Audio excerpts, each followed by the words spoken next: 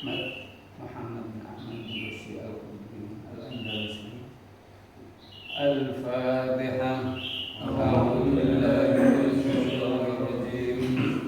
Bismillahirrahmanirrahim. Alhamdulillahi rabbil alamin. Ar-Rahmanir Rahim. Maliki yaumiddin. Iyyaka na'budu wa iyyaka nasta'in. Ihdinas siratal mustaqim. Siratal ladzina an'amta 'alaihim ghairil maghdubi 'alaihim waladdallin. Amin. Mari kita awali dengan baca doa istiftah. Bismillahirrahmanirrahim.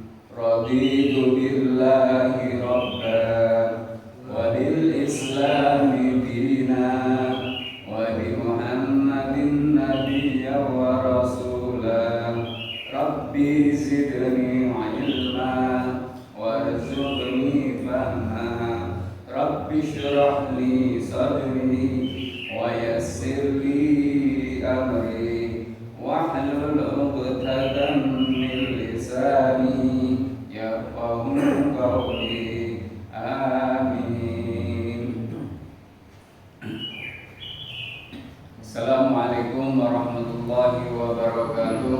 Waalaikumsalam warahmatullahi wabarakatuh. Bismillah, alhamdulillah, wa syukurillah ala ni'amillah. Wassalatu wassalamu ala rasulillah wa ala alihi wa ashabihi wa mawala. Wa la hawla wa la quwata illa billah, amma ba'd. Dumateng para alim, para sepuh binispuh, para kiai dan jamaah salat subuh mushola An-Nur Grafik Citra Sentosa yang dirahmati Allah Subhanahu wa taala. Puji syukur alhamdulillah mari kita panjatkan kepada Allah atas limpahan rahmatnya, nikmatnya serta taufik hidayah dan inayahnya sehingga pada pagi hari ini kita bisa bersama-sama melaksanakan salat subuh secara berjamaah di mushola yang kita cintai ini dan dilanjutkan dengan ngaji bersama. Mudah-mudahan Allah senantiasa memberikan kekuatan, kesehatan, istiqomah kepada kita untuk senantiasa menunaikan kewajiban-kewajibannya kepada kita. Salawat dan salam mudah-mudahan Allah curahkan untuk baginda Rasulullah sallallahu alaihi wasallam yang kita nantikan syafaatnya untuk kehidupan dunia maupun kehidupan di akhirat kelak. Saya berwasiat baik untuk saya pribadi maupun jemaah sekalian agar senantiasa meningkatkan takwa kepada Allah Subhanahu wa taala. Mudah-mudahan kita termasuk orang-orang yang istiqamah di jalan Allah Subhanahu wa taala. Amin Allahumma amin. Kita akan melanjutkan kemarin tentang pendahuluan di kitab Hidayatul Mustahid ini. Kita lanjutkan sebelum melanjutkan tentang bab-bab berikutnya. Bismillahirrahmanirrahim. Qala al-musannifu wa amal ma'ani al-mutawallatu bil ma'diyatu min hadhihi turuqi al-lahdiyati lil mukallifina. Wa amal ma'ani, adapun beberapa makna al-mutawallatu yang beredar, al-ma'diyatu maksudnya di sini adalah tentang syariat Islam ya, yang akan datang min hadhihi turuqi, dari metode ini al-lahdiyati lil mukallifina yang sifatnya lafaz dari Rasulullah sallallahu alaihi wasallam lil mukallifina, untuk orang-orang mukallaf. Jadi orang mukallaf itu orang Islam yang sudah terkenai beban hukum. Kalau anak kecil masih belum mayis, belum balik, itu belum terkena beban hukum. Jadi ada bedanya, ada istilah mukallaf dan mu'alaf. Kalau mukallaf itu orang yang sudah terkena beban hukum, tapi kalau mu'alaf adalah orang yang baru masuk Islam seperti itu. Fahya bil jumlati, fahya yakni turukil lahiyati lil mukallifin tadi, bil jumlati dengan secara global, ya jumlah. Imma amrun bisyai'in, ya ada perkara atau perintah bisyai'in dengan sesuatu. Maksudnya lafaz tadi sifatnya adalah perintah. Wa imma nahyun anhu, ada juga yang sifatnya larangan darinya. Wa imma tahyirun fihi, ada juga yang sifatnya memilih di dalam perintah tadi. Wal amru in fuhima minhul jazmu wa ta'allaqal iqabu bitarkihi sumya wajiban. Dan perintah yang dipahami yang itu sifatnya al-jazmu mantap, wa ta'allaqal iqabu, dan di situ ada ancaman siksa bitarkihi, kelawan meninggalkan. Kalau perintah itu sifatnya mantap dan di situ ada ancaman siksa kalau kita meninggalkan perintah tadi, sumia, maka dinamakan wajiban, adalah kewajiban, wajib.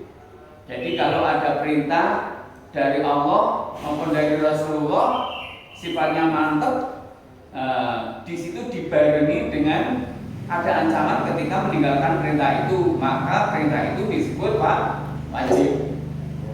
Wa in fuhima minhu sawabu, dan apabila dipahami darinya as-sawabu, pahala, alal fi'li, atas mengerjakan perintah tadi, wan tafal iqabu, dan tidak ada ancaman siksa ma'at tarki, apabila kita meninggalkan perintah tadi, sumia nadban, maka disebut dengan nadab, sunnah.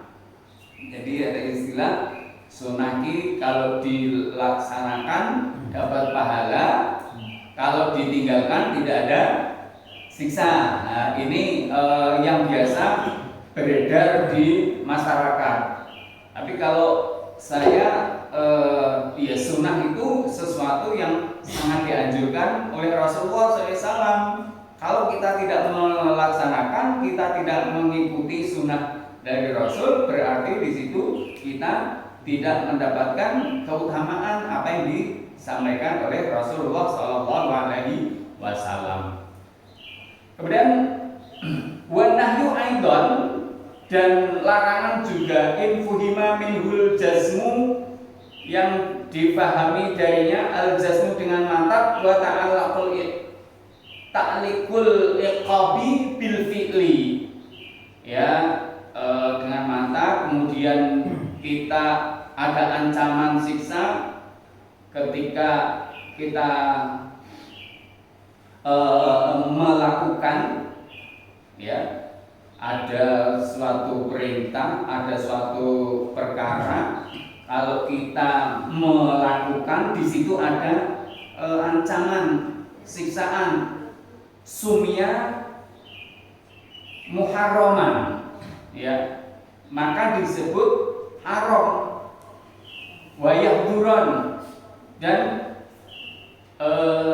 ini dijaga, maksudnya agar kita tidak melakukan sesuatu yang dilarang oleh Allah atau Rasulullah SAW, karena di situ sifatnya adalah larangan, di situ haram, ya Ya banyak sekali yang di masyarakat, umpama seseorang dilarang mabuk, dilarang membunuh, dilarang mencuri. Lah, itu kalau kita melakukan, maka di situ adalah sifatnya haram.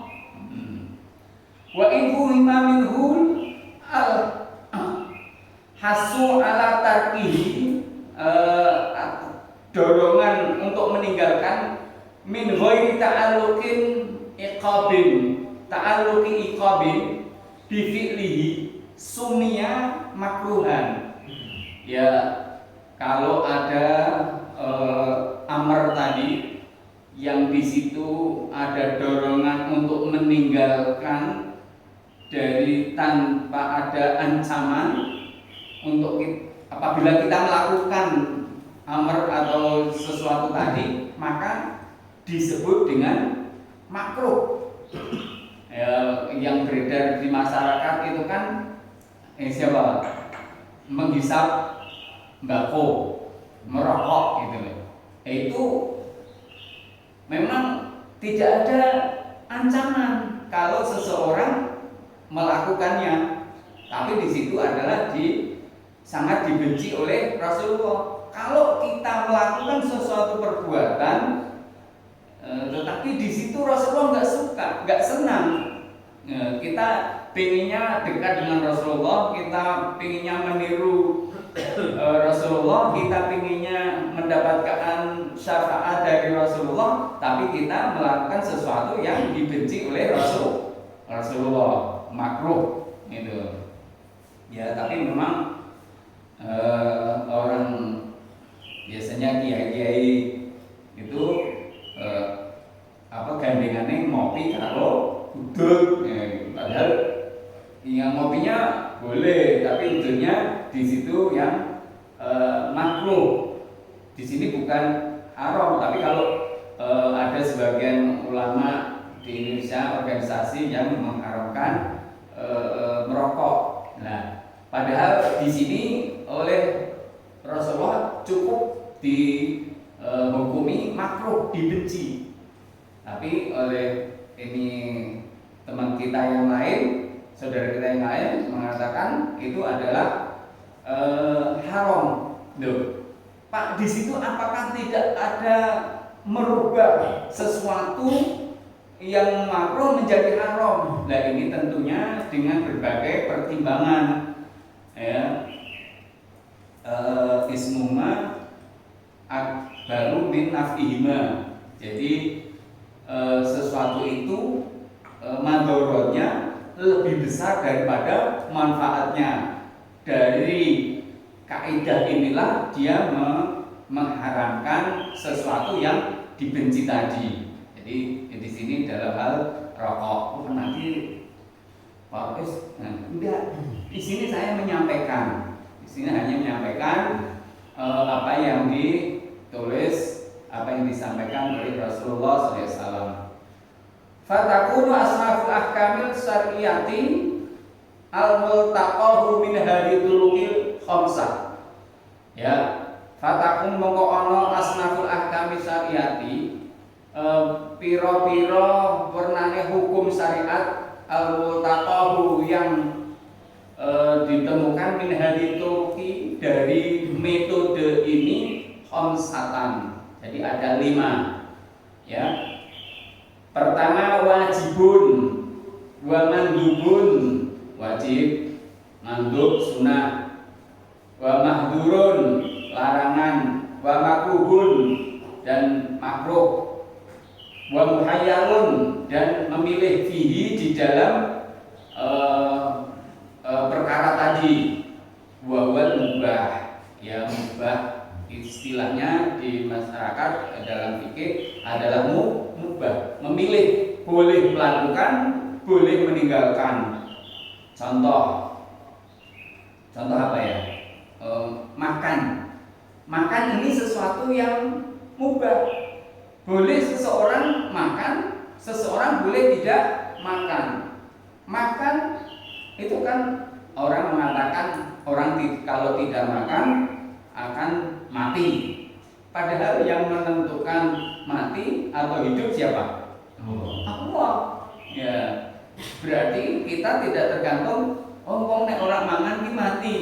Tapi memang nek wong ora mangan ya susul lemes gitu loh. Kalau tidak makan hanya sekali ya nggak apa-apa.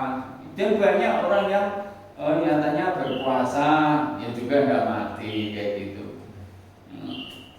Seperti itu ya. Jadi mubah, boleh mangan, ngombe itu termasuk sesuatu yang mubah, yang boleh kita silakan memilih. Maksudnya milih ambil, melakukan atau meninggalkan. Wa amma asbabul ikhtilafi bil jinsi fasittatun. Maka adapun sebab-sebab dalam perbedaan ini, ya maksudnya perbedaan dalam memahami sebuah nas, sebuah dalil, ya itu secara jenis itu ada 6, ya. Ahaduha, salah satunya taraddadul alfadhi baina hadhihi turuqi arba'. Salah satunya adalah bulan baleni alfad, jadi terulangnya beberapa lafaz baina hadhihi turuqi antara metode, ya metode tadi ada 4. Maksud saya baina ayyakuna labdu aman yuradu bihil khas.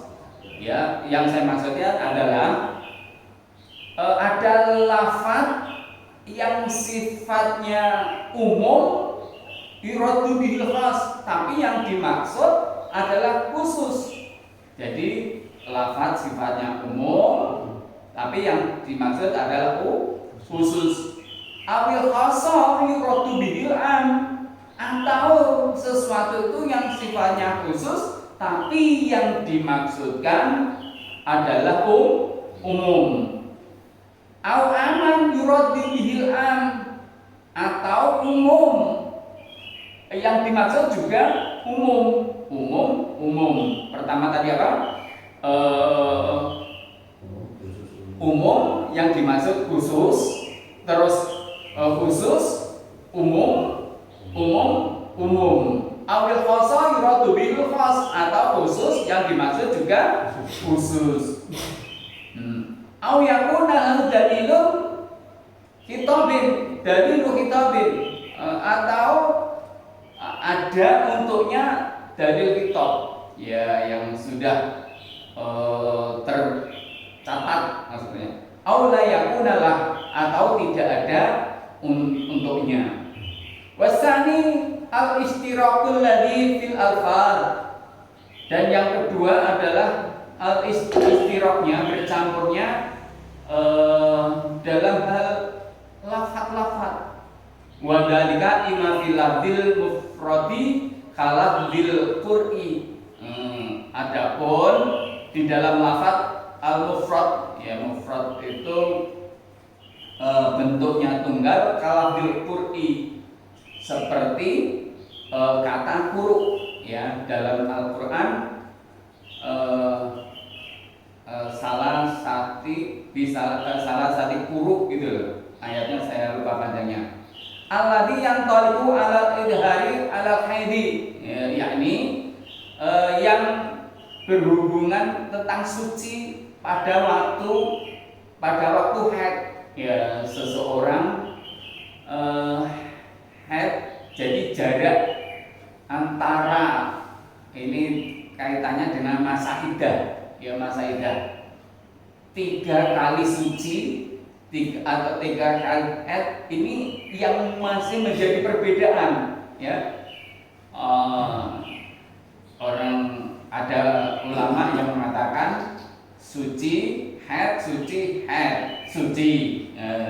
Jadi beda dalam menafsir, gitu aja. Jadi ya tidak usah buru-buru. Memang dulu mungkin begitu ada orang apa istilahnya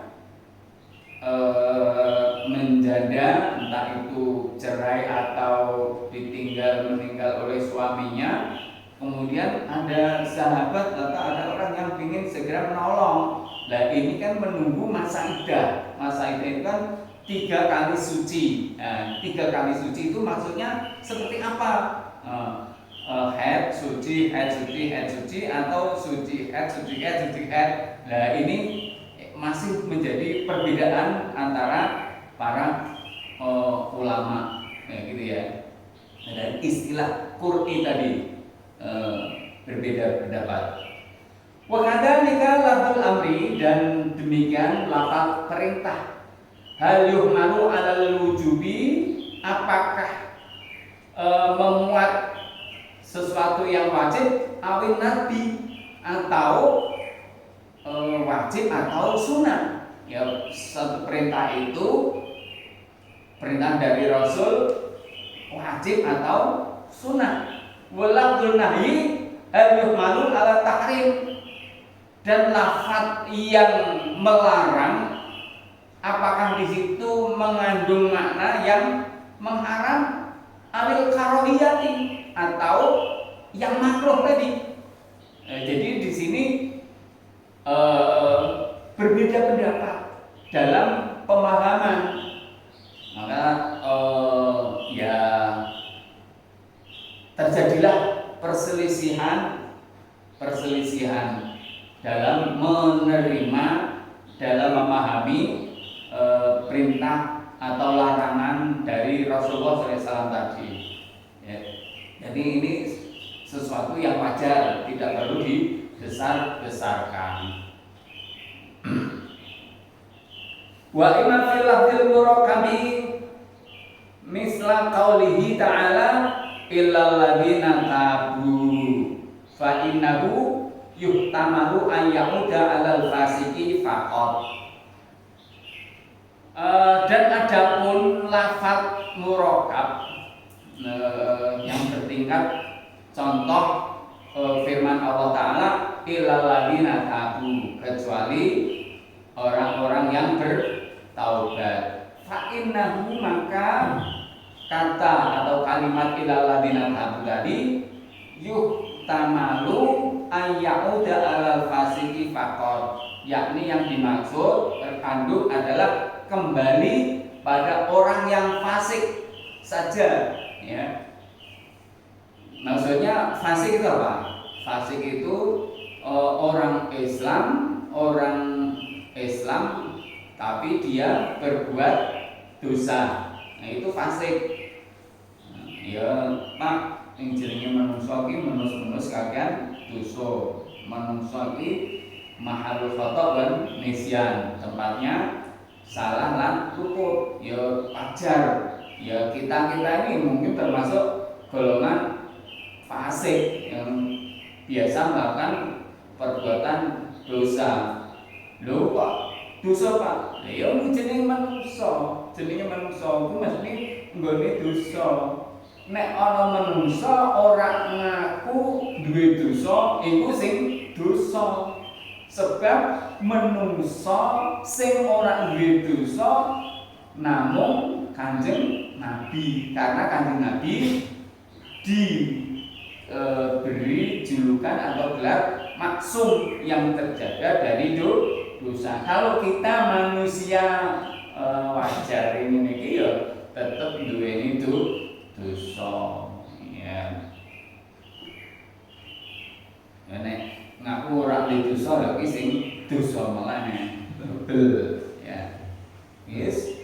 Menungso wajar wae, dosa ya dosa. Lha Pak carane ngene ya wae anu maca istighfar. Itu ada tuntunannya.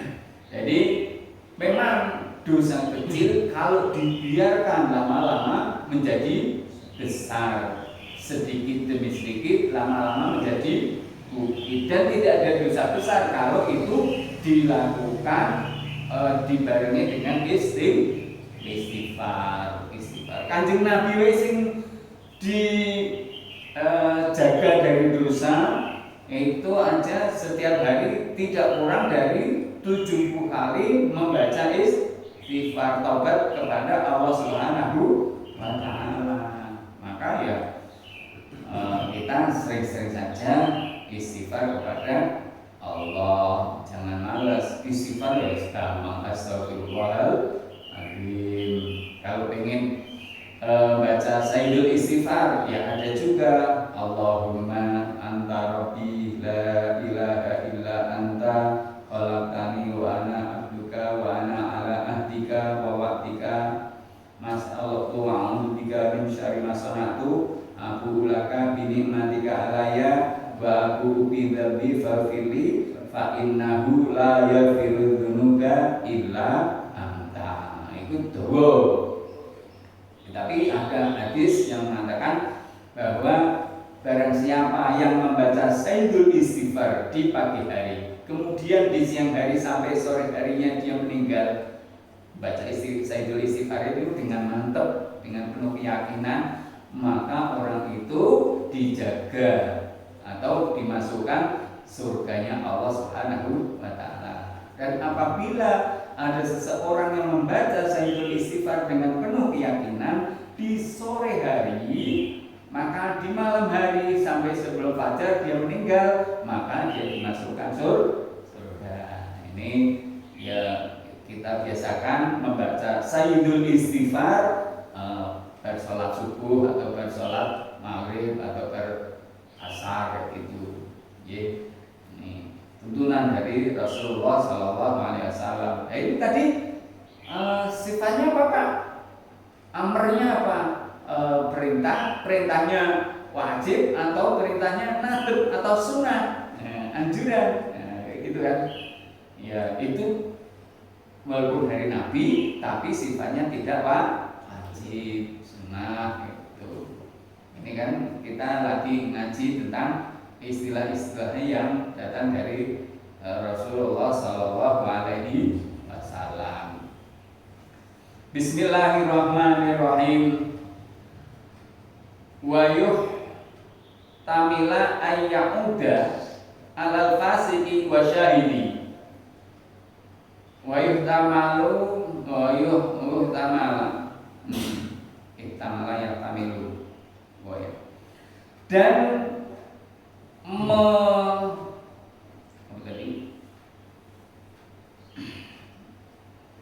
Dan memuat ayauda kembali ala fasiki atas orang fasik wa syahidi dan saksi. Ini maksudnya kembalinya pada ilawaldina ta'adu. Jadi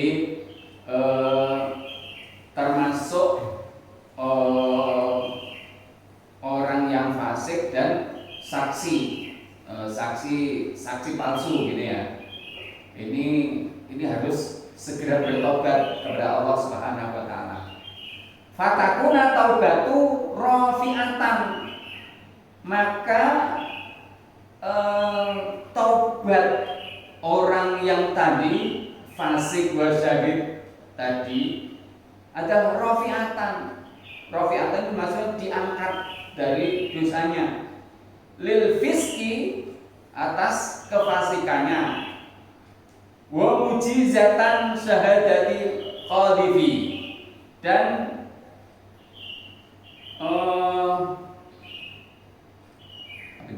memperbolehkan syahadatil qadhifi, yakni orang yang menuduh berzina. Maksudnya ini apa? Orang yang menuduh seseorang zina tanpa saksi ini harus bertaubat, karena itu termasuk dosa besar, termasuk dosa. Maka jangan sekali-sekali kita menuduh seseorang zina, karena kalau kita melakukan harus mendatangkan 4 saksi, tidak hanya 2 tapi 4. Tapi kalau seandainya kita sudah melakukan itu tidak bisa mendatangkan 4 saksi, maka orang ini termasuk orang yang fasik, dan dia ya otomatis rusak kesaksiannya. Kesaksiannya rusak. Jadi istilahnya nanti tidak dipakai lagi apabila dia membuat kesaksian. Karena apa? Tidak memenuhi, tidak bisa menunjukkan 4 saksi. Nah ini kita harus hati-hati. Jangan mudah kita menuduh seseorang berbuat zina tanpa bukti, tanpa saksi 4. Ya, kalau hanya 2, nggak bisa. Walaupun itu benar, ini tidak boleh ya. Wasalisu, dan yang ketiga al-ikhtilaful i'rabi, ya perbedaan i'rab. Warabihu taraddudul ladzi baina hamlihi alal haqiqati au hamlihi ala nau'i min anwa'i al-majaz. Jadi di sini perbedaan pemahaman i'rab saja. Dan yang keempat tadi wa taraddudul ladzi baina hamlihi ala haqiqah, ya berulangnya lafaz antara yang dimuat dengan hakikat atau nau dari beberapa nau, maksudnya dari bermacam-macam majaz. Majaz itu dalam bahasa Indonesia adalah gaya bahasa ya. Jadi memang kita harus hati-hati dalam memahami sebuah lafaz karena ditinjau dari segi gaya bahasanya seperti apa. Nah, ini kita harus paham. Ya, ini tidak sekedar kita ini enggak boleh ini. Nah, ini harus hati-hati. Allati hiya imal hadfu, yakni al-hadf wa imma ziyadah dan ziyadah, wa imma takdim dan takdim, mendahulukan, wa imma takiru atau mengakhirkan, wa imma taradduduhu alal haqiqah aw isti'arah, ya, atau berulangnya adalah atas haqiqah atau isti'arah, ya, isti'arah. Wa khamisu itlaqal lafzi taratan tufiduhu taratan. Ya, ini sesuatu taratan tufiduhu taratan. Jadi ambal maksudnya apa ya? Ya, di satu sisi bermanfaat, nanti yang lain juga memberi manfaat. Misla itlaqil robbati fil itki tarotan. Contohnya adalah memerdekakan budak fil itki tarotan. Jadi tentang memerdekakan budak ini juga ada perselisihan pendapat. Budak yang seperti apa yang harus dimerdekakan, atau semua budak itu harus dimerdekakan, atau budak yang muslim. Karena dulu zaman perang pada zaman Rasulullah kan ada perbedaan hasil rampasan, orang yang hasil rampasan itu disebut budak. Nah, budak ini kalau muslim, kalau yang dapat itu mau memerdekakan ya monggo, kalau enggak ya enggak apa-apa, karena itu budak. Nah, ini juga ada perbedaan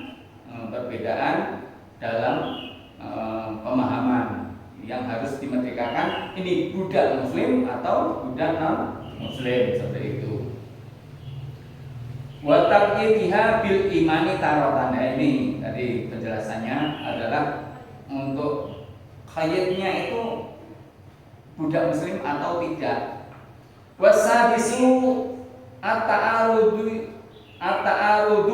fi syai'aini fi jami' asnafil al-fadhi allati yutalaqqa min hasyaril ahkami ba'dhiha ma'a ba'din. Ya, yang keenam adalah perbedaan fi syai'aini, dari dua perkara, dua masalah dalam semua cabang lafaz. Allati raqa minha syakil ahkami ba'duha ma'a ba'din. Jadi tentang hukum-hukum syariat yang satu dengan yang lain ini banyak perbedaan di situ. Jadi memang kita lupa saat ini sekarang gimana? Apa perlu kita istinbat hukum sendiri atau cukup kita mengikuti pendapat para ahli, para fuqaha, para ahli fikih, para kiai? Ya wis gampang ya kita manut apa yang diciptakan oleh para kiai. Kalau kita tidak paham, ya kan ada fasalu ahla dzikri in kuntum la ta'lamun. Maka kamu silakan bertanya kepada ahli dzikir, kepada ahli ilmu in kuntum la ta'lamun, apabila kamu tidak mengetahui sesuatu itu. Ya wis rasa pangelan. Ya Pak, nek wudu carane piye? Nah, ngono kan. Ngono wae. Iki aku duwe harta, pengin sedekah seperti apa, pengin wakaf seperti apa? Ya tanyakan pada ahlinya, tidak perlu istinbat hukum sendiri, nanti malah repot. Karena memang di sini susah kalau kita mengambil hukum tersendiri. Kita sandarkan pada pendapat ulama-ulama ya, yang sudah menetapkan hukum, walaupun memang hukum itu berkembang. Pada pertemuan yang lalu sudah saya sampaikan bahwa permasalahan hidup di zaman modern ini adalah berkembang. Kalau nas yang dari Al-Quran maupun dari Rasulullah itu ya segitu-gitunya, mutanahiyah istilahnya. Padahal permasalahan di dunia wairu mutanahiyah, tidak terbatas. Tapi ya akhirnya apa? Kita dalam menetapkan hukum-hukum itu mengambil secara kias, ya dikiaskan. Oh, iki biyen ora ono, tapi saiki ono. Nah, ini kemudian dikiaskan, disandarkan, disamakan dengan hukum-hukum kejadian-kejadian yang sudah ada seperti itu. Bismillahirrahmanirrahim. Ya, sebentar lagi kita selesai.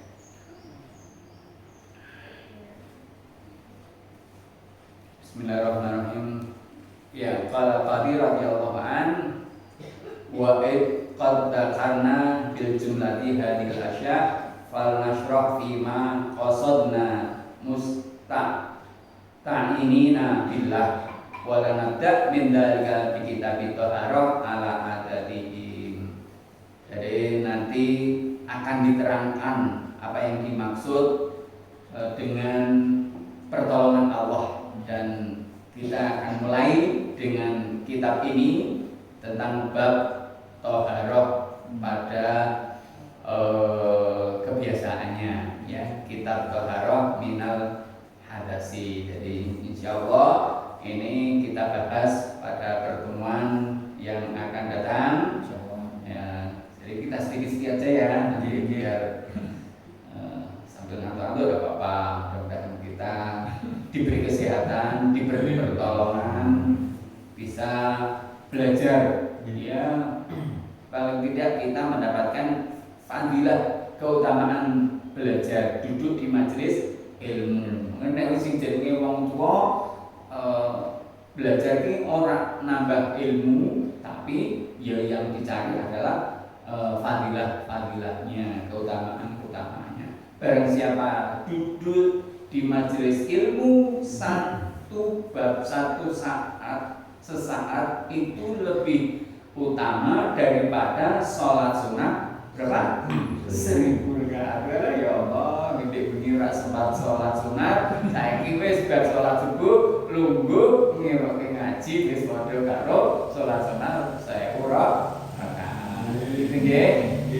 Mudah-mudahan mudah-mudahan apa yang kita baca, apa yang kita pelajari ini mendapat keberkahan sehingga bermanfaat untuk kehidupan kita, baik kehidupan dunia maupun kehidupan akhirat. Demikian pembacaan kitab ini tentang pendahuluan. Wallahumma fiqh ila aqwamit thoriq. Wassalamualaikum warahmatullahi wabarakatuh.